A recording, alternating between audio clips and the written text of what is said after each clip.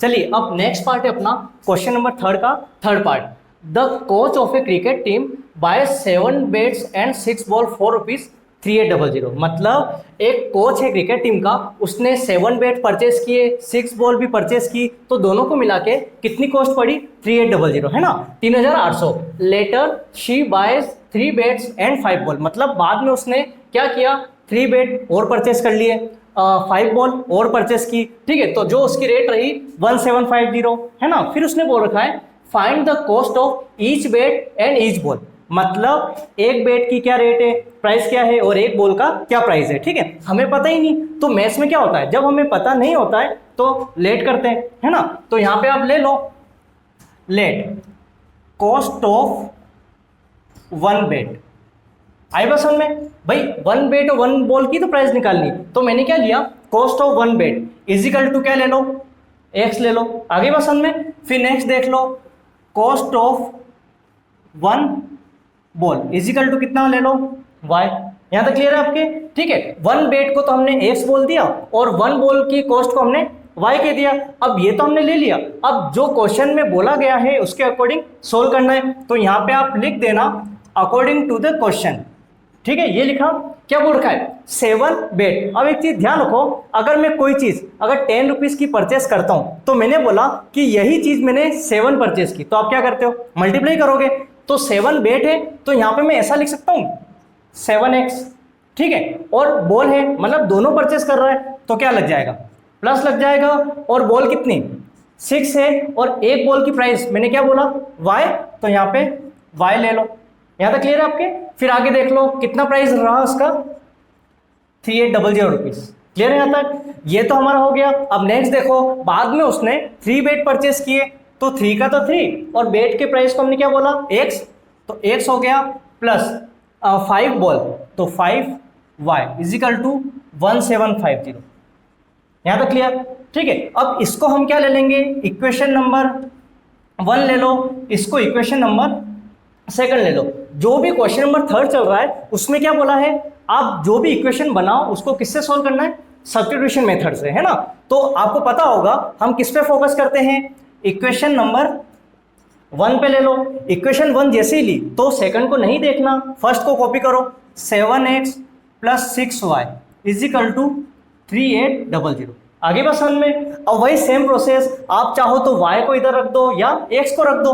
मैंने x को रखा, 7x is equal to 3800, 6y plus का तो वहां गया तो माइनस का। यहां तक क्लियर? वेरिएबल को अकेला रखना होता है। जैसे ही मैंने सिंगल रखा उसके साथ में क्या था? 7 मल्टीप्लाई में उधर गया तो डिवाइड कर दो, 3800 माइनस का 6y अपॉन क्या आ गया?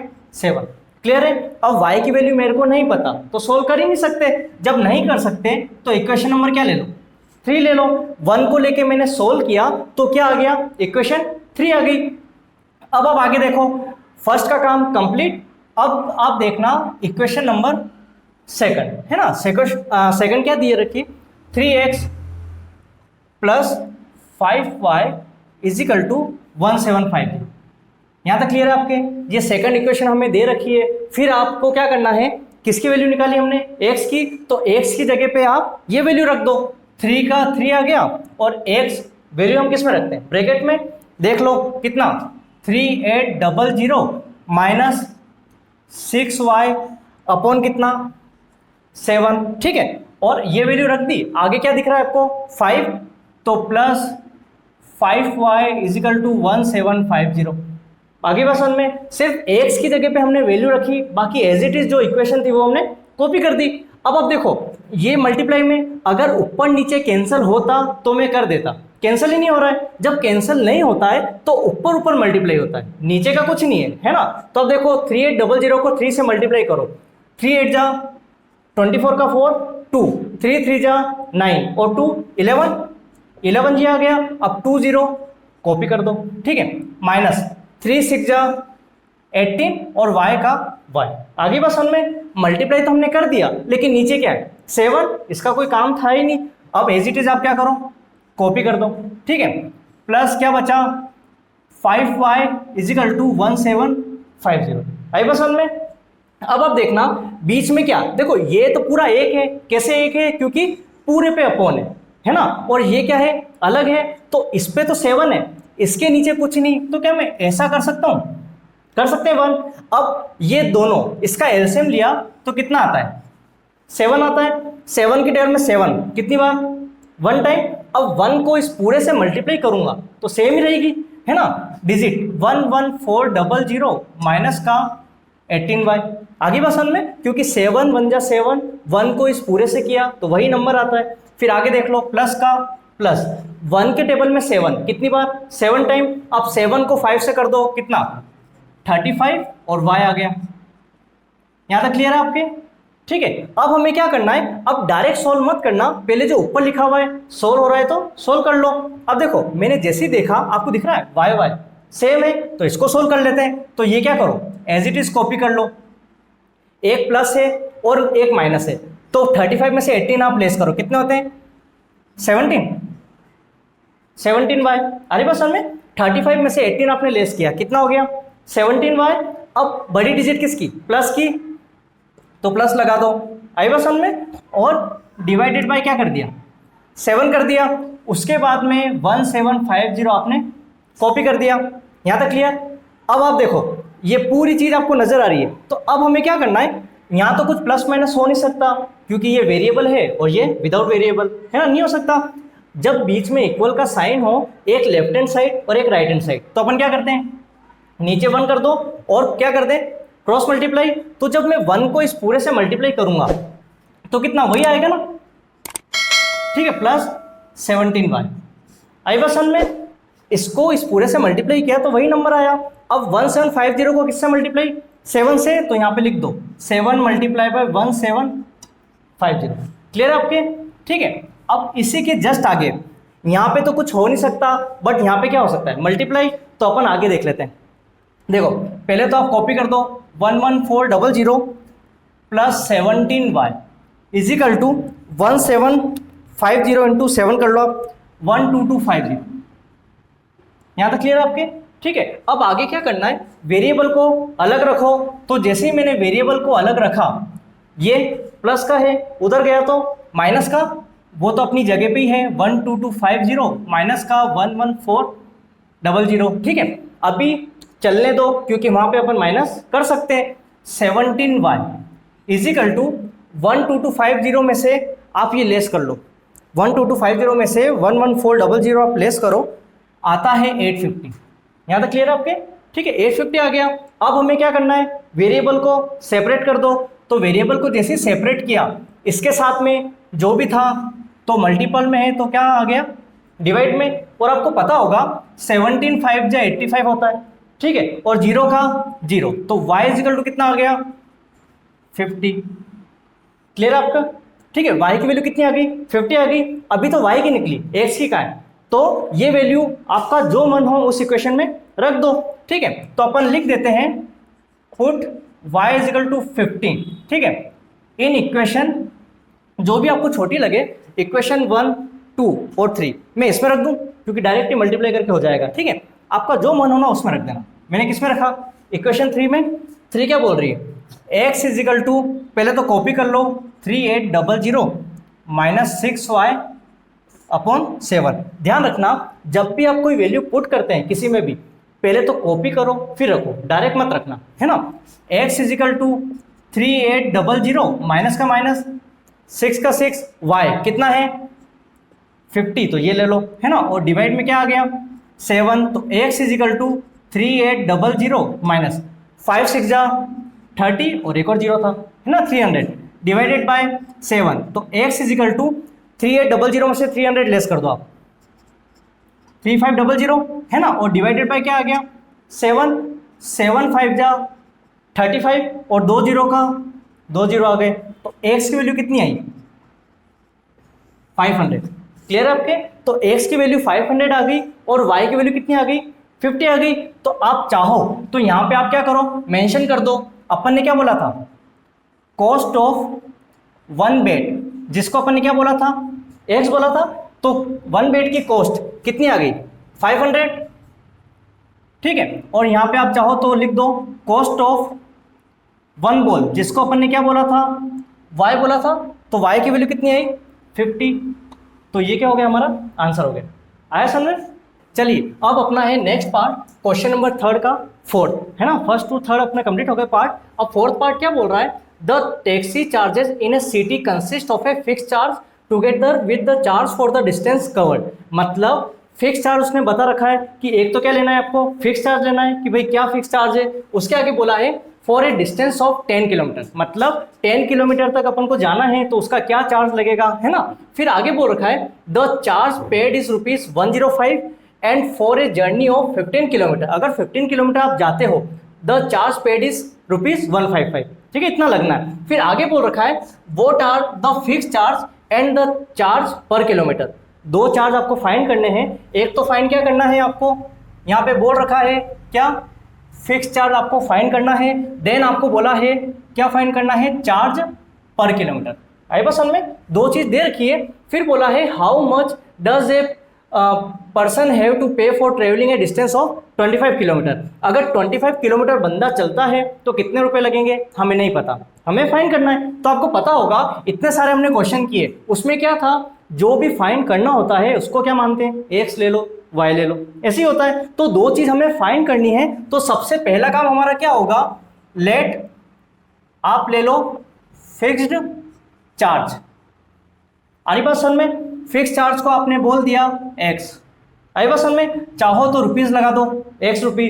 अब उसके आगे आपको बोल रखा है कि चार्ज पर किलोमीटर भी आप फाइंड करो, तो यहाँ पे वही सेम चीज चार्ज पर किलोमीटर, इसको आप क्या बोल दो, वाई रुपीज, ठीक है। अब क्वेश्चन रेज ये होता है कि सर फिक्स चार्ज क्या है एंड चार्ज पर किलोमीटर क्या है। जैसे अपन ओला उबेर करते हैं ना, तो उसमें क्या होता है कि आपके 10 मतलब फॉर एग्जांपल 10 रुपए तो लगेंगे, उसके आगे आप जितने किलोमीटर जाओगे उसके अकॉर्डिंग पैसा चार्ज हो जाएगा।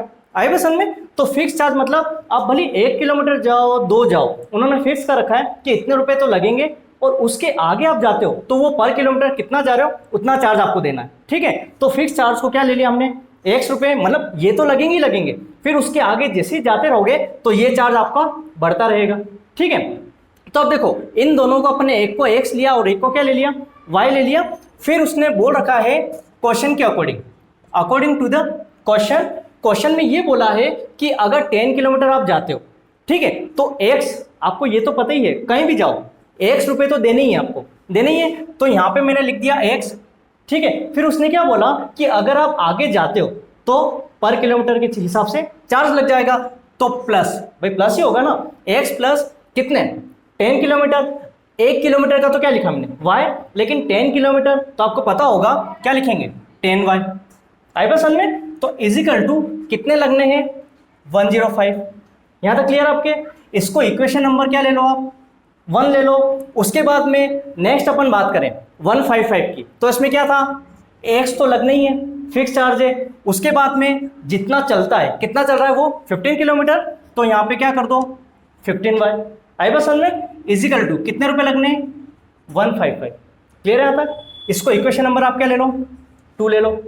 आगे सन में इक्वेशन 1 हमारे आ गई, इक्वेशन 2 आ गई, और ये जो क्वेश्चन चल रहा है उसने क्या बोला कि जो भी आप इक्वेशन बनाओगे किस मेथड से सॉल्व करना है, सब्स्टिट्यूशन से, लिखा हुआ ना यहाँ पे, ठीक है। अब ये मेथड क्या होता है, मैंने आपको क्या बोला था, सबसे पहले किस पे फोकस करो, इक्वेशन नंबर 1 पे एक एक करके चलते जाना है। तो इक्वेशन 1 क्या दे रखी है आपके, x plus 10y is equal to कितना 105। फिर नेक्स्ट प्रोसेस क्या बोला था कि चाहे x को रखो यहाँ पे या y को रखो, लेकिन इसमें भी थोड़ा दिमाग ये लगाना कि ये थोड़ा इजी रहेगा क्योंकि x के पास में कुछ नहीं है। तो मैंने क्या रखा, x को यहाँ रख दिया, और 105 तो ऑलरेडी राइट हैंड साइड पे है, 10y प्लस का उधर गया तो माइनस का 10y।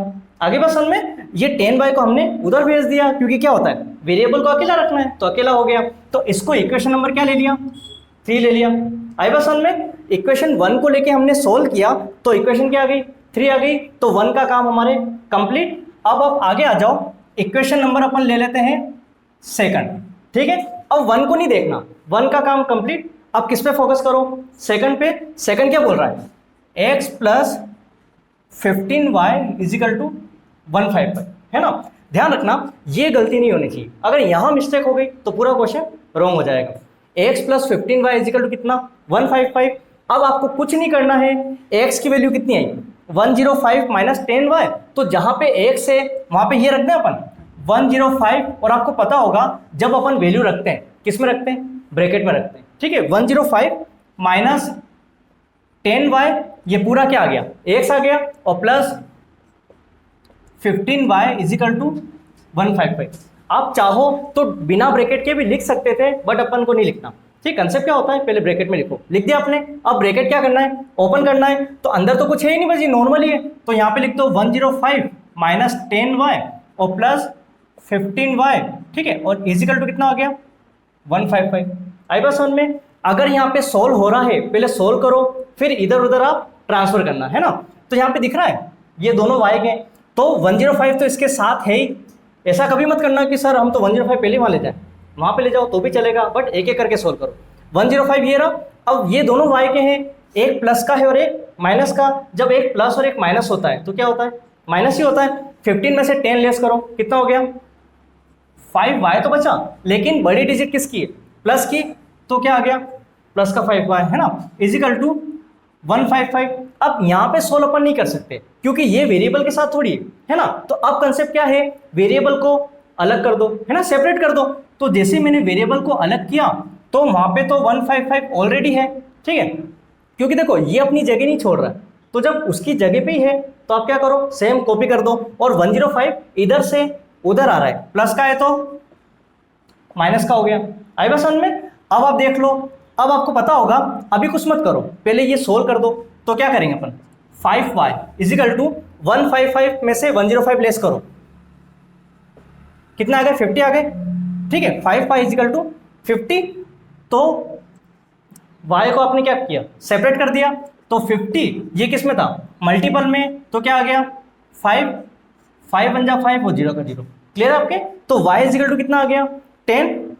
तो यहाँ पे आप चाहो ना तो 10 तो है ही, लेकिन अपन किसकी बात कर रहे हैं, रुपीस की, रुपीस की बात कर रहे हैं ना। तो यहाँ पे आप लिख दो y इजिकल टू कितना 10 रुपीस। आई बात समझ में।